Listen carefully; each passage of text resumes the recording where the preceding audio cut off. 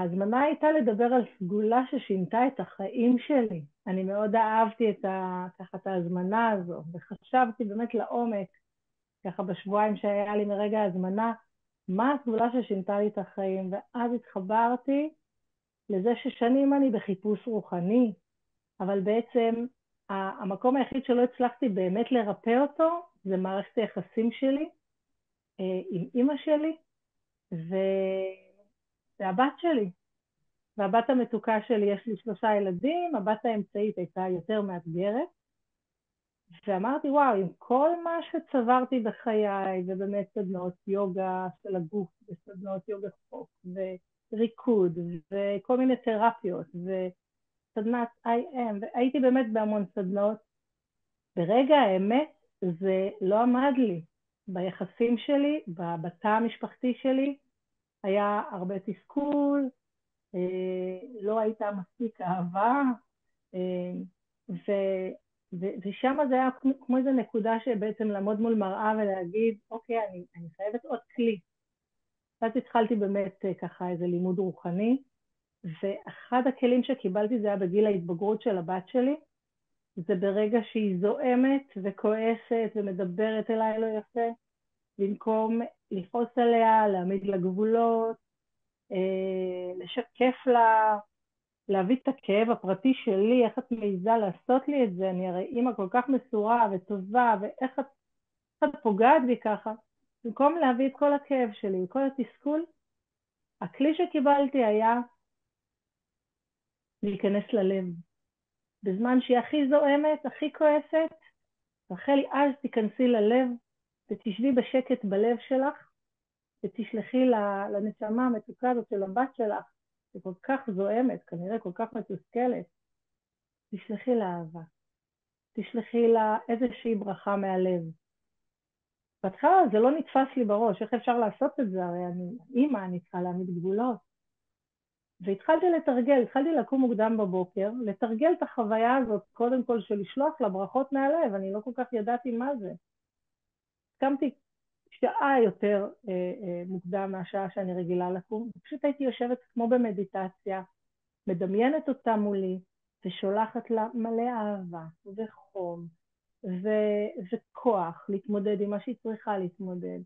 ובאמת המיינד שלי התחיל להשתנות, ובזמן אמת שפתאום היא הייתה מתפרקת וצועקת וכועסת עליי, אז הצלחתי להיכנס ללב, כי כבר הייתי מתורגלת, ופעם אחת ממש היה סיטואציה מאוד עוצמתית, שהיא הסתכלה לי בעיניים והיא לא הבינה איך אני לא מחזירה לה כעס, איך אני לא צועקת בחזרה, איך אני לא מעמידה גבול. ברגע הזה היה איזה game changing ביחסים בינינו, ואותו דבר היה לי גם עם אמא שלי, לכן בחרתי להסתכל על סגולת החמלה, ולקרוא לזה ריפוי בין דורי, כי עם אמא שלי היה לי בדיוק אותו סיפור, ששנים אני מנסה להיכנס לנעליה, לזכור מאיפה היא באה, איזה ילדות הייתה לה, למה היא מתנהגת כמו שהיא מתנהגת היום, ולא לקחת את זה אישית, ועדיין זה לא מספיק עמד לי בהמון רגעים, ואז שוב היה איזו הזדמנות שהטבע שלי והטבע שלה ככה נפגשו אחד עם השני באיזו סיטואציה ככה חזקה, והיא דרך דווקא החיכוך הזה של שני אישויות מאוד עוצמתיות שלי ושלה, החיכוך הזה גרם באיזשהו רגע, באמת בגלל המקום הזה שהצלחתי שנים להתאמן על החמלה, לעצור את עצמי ולא להילחם, אלא להיכנע רגע ולראות את הסיפור שלה ולא את הסיפור שלי, לצאת רגע מהסיפור שלי.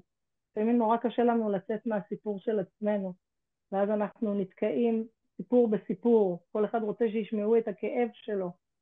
אז בעצם הרגע הזה דווקא של החיכוך היה כמו הזדמנות להביא לשם, במקום אש להביא אהבה, ומאז אני הולכת עם זה בכל תחום בחיים שלי, אם זה במערכות יחסים, עם חברות, אם זה בעבודה, לפעמים לעבוד בצוות.